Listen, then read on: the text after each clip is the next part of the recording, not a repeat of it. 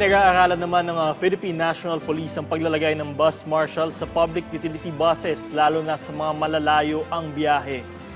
Ito'y matapos magdala ng takot sa publiko ang insidente ng pamamaril sa loob ng isang bus kamakailan. Ayon kay PNP Acting Chief PIO Police Colonel Jean Fajardo, nakipag-ugnayan na sila sa pamunuan ng bus company ukol dito. Tiniyak naman ng PNP na ginagawa ang lahat para matugis ang hindi pa natukoy ng mga suspek.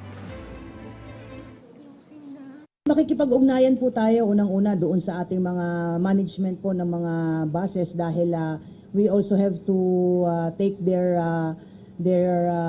position on this matter dahil itong kaso na ito is sabi nga kanina namang very alarming on our part at hindi ito yung unang pagkakataon na kinonsider natin na maglagay tayo ng mga bus marshals. Kung matatandaan nyo, doon sa Mindanao nung nagsunod-sunod yung insidente doon ay naglagay tayo ng bus marshal. Pulis po yan, pwede po tayo maglagay ng uniformado o pwede rin namang maglagay tayo ng nakasibilyan as a form of preemptive natin para kasi kung although sabi ko nga kung pulis, medyo magdadalawang isip ako kung meron akong gagawing masama. But one of the consideration na ginawa din natin yan dun sa mga na-mention kong mga insidente ay naglagay din tayo ng mga secret marshals po.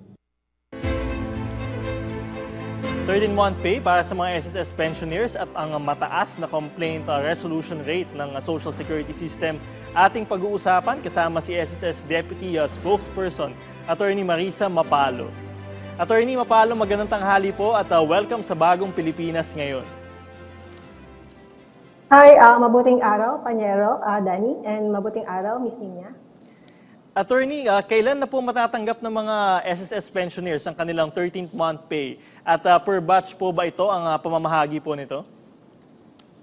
Yes, that's correct. Ang pamamahagi ho namin ng 13th month pay ay by batch. So meron ho kaming i-release by December 1. Ito ho ay para sa aming mga pensioners na may date of contingency na nagpa-fall sa 1 hanggang 15. So para ho sa batch 2 naman, that will be released on December 4. Ito naman ho ay para sa mga pensioners na ang date of contingency ho ay nagpa-fall sa 16 hanggang sa last day of the month. Okay, para po sa kaalaman ng ating pensioners, ma'am, paano po ba ang computation ng kanilang matatanggap na 13th month pay? Nasa magkano po ba ang pinakamataas at pinakamababang matatanggap nila? So yung matatanggap ho nila na 13th month pay, it's equivalent ho doon sa kanilang monthly pension. Kung nakakatanggap po sila ng minimum, ang minimum po kasi namin na pension ho ngayon ay nasa 2,000. And ang pinakamataas ho na aming pension na nare-release ho ngayon ay nasa 19,600. So kung ano ho yung monthly pension na natatanggap nila, ito ho ay equivalent ng matatanggap nila bilang 13th month pay. Ma'am, lahat po ba ng pensioners ng SSS ay automatic kung makakatanggap nito o meron pong eligibility upang makatanggap ng 13th month pay? Yes, all pensioners ho, yung ating retiree pensioners, pati ho yung ating mga surviving pensioners, o yun ho mga tumatanggap ng pension dahil ho namatay ho yung kanilang deceased member o yung spouse ho nila na deceased member. And lastly, yung mga total disability pensioners ho natin. Lahat po sila makakatanggap ng ating 13th-month pay. Ano naman po, attorney, ang inyong mekanismo sakaling hindi nila matanggap ang kanilang 13th month pay? Saan po sila maaaring dumulog? Yes, they can call us sa aming hotline. That's 81455. And pwede ho na silang mag-email ho sa amin. Meron ho kaming email, that's usap tayo, USSSAT tayo @sss.gov.ph.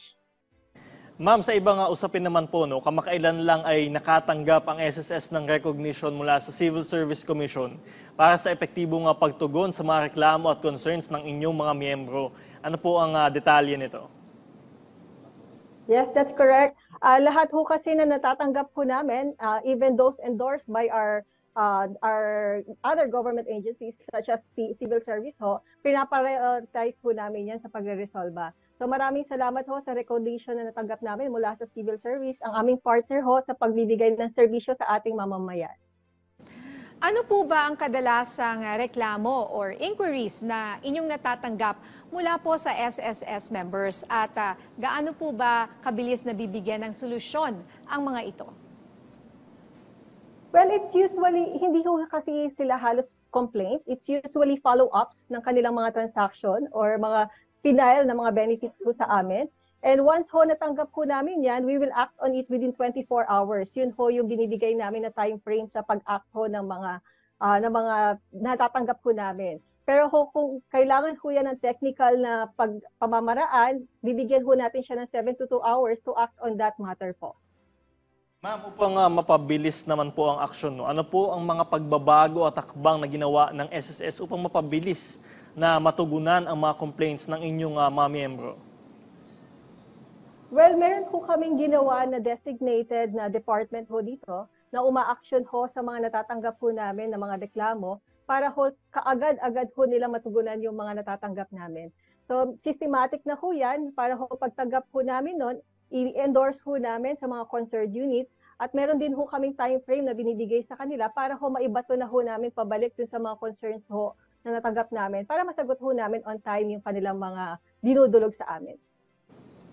Okay, ma'am, meron pong pahabol na tanong dito mula kay Tuesday New ng DZBB. Ano raw ba ang posibleng dahilan para hindi matanggap ng pensioner ang kanilang pension or yung kanilang 13th month pay? Well, wala ho ako makitang dahilan kasi systematic na ho yung pag-endorse, pag-release namin, pag-release namin ho yan dahil kasabay ho yan ng kanilang December pension. So regularly, natatanggap ho nila yung kanilang mga monthly pension. Dapat ho, kasabay na ho lagi yan yung 13th month pay ng kanilang December pension. But in case meron ho mga problems, may mga delay ho, siguro ho sa part na ho ng bank yan, kasi ho sabay-sabay ho namin yan na binibigay sa aming mga partner banks, pwede naman ho silang lumapit sa amin or gaya ho na sinabi ko kanina, pwede ho silang tumawag sa amin sa 81455 or sa aming email ad para ho matulungan po namin sila. Kita po namin sa video, ma'am, medyo maluwag at maaliwalas ang opisina dyan sa SSS. Kung ako ay merong transaksyon na gustong gawin, whether, siguro open an account or reopen something that's deactivated, meron akong inquiry, and I go to SSS, gaano po katagal kaya yan bago po ako mabigyan ng siguro ng pansin yung aking gustong gawin dyan? Well, meron ho kami sa aming mga branches, mga e-centers, because yung lahat ho, almost all transactions na pinafile ho sa SSS, they are being filed online na.